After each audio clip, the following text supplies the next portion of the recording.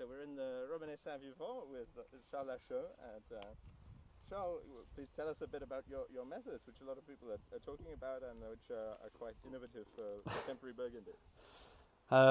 There are several things. Maybe one of the first are those tall pillars we're using now. All the estate is trained this way. So the aim is to not trim the vineyards anymore, as you can see here, to limit the stress of the vine. So for that it's easier with taller palissage. Normally in Burgundy the pillars are classically 1 meter tall. More and more people are taking them higher. So this helps to increase the amount of photosynthesis. It avoids the stress of cutting the apex of the vine, so the top of the shoot, which is a big stress for them. So the result is less crop but something more balanced with more energy. Beside that, we've stopped plowing the soil, as you can see. We don't till and we don't mow. We just try to pinch the grass. Unfortunately, the tools are not really performant yet for narrow vineyards, so we are developing ours. It can be challenging in very warm vintages like last year, but in a wet one like this year, as you can see on this vine, for example, we have a nice crop. It's healthy.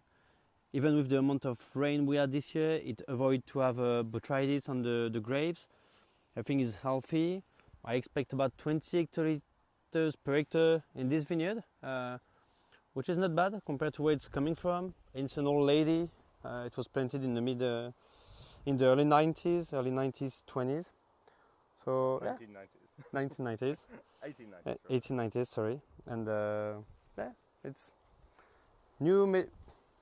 old methods, but reused now. Because in the past, the people were not trimming the vineyards. It was all on peso, which is échalas. We have some vineyards above the slope trained this way and elsewhere in the village. And but it requires people and dedication to produce a small crop, so sometimes it's tough. And you think you'll harvest on over the weekend? This weekend? Yes, they're very around the corner. So we're on Tuesday, and we will start to harvest on Saturday. And I think we'll harvest that vineyard on Sunday morning because it will be fresh, and the grapes are ripe. The people will notice, but when you taste, they are easy to chew, and the pims are starting to get brown.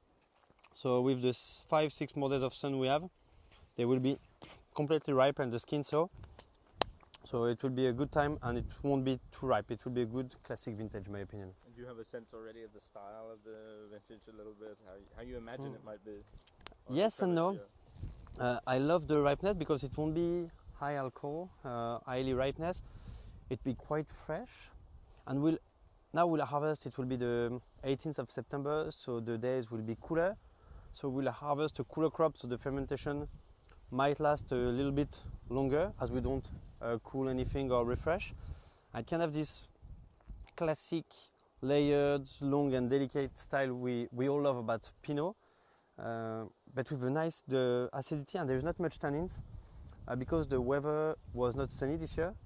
The vineyards, the grapes, then made a thick skin to protect themselves to get sunburnt, so they're quite soft. So the wines might be very aromatic with not too much tannins, which is what all Pinot lovers are looking for.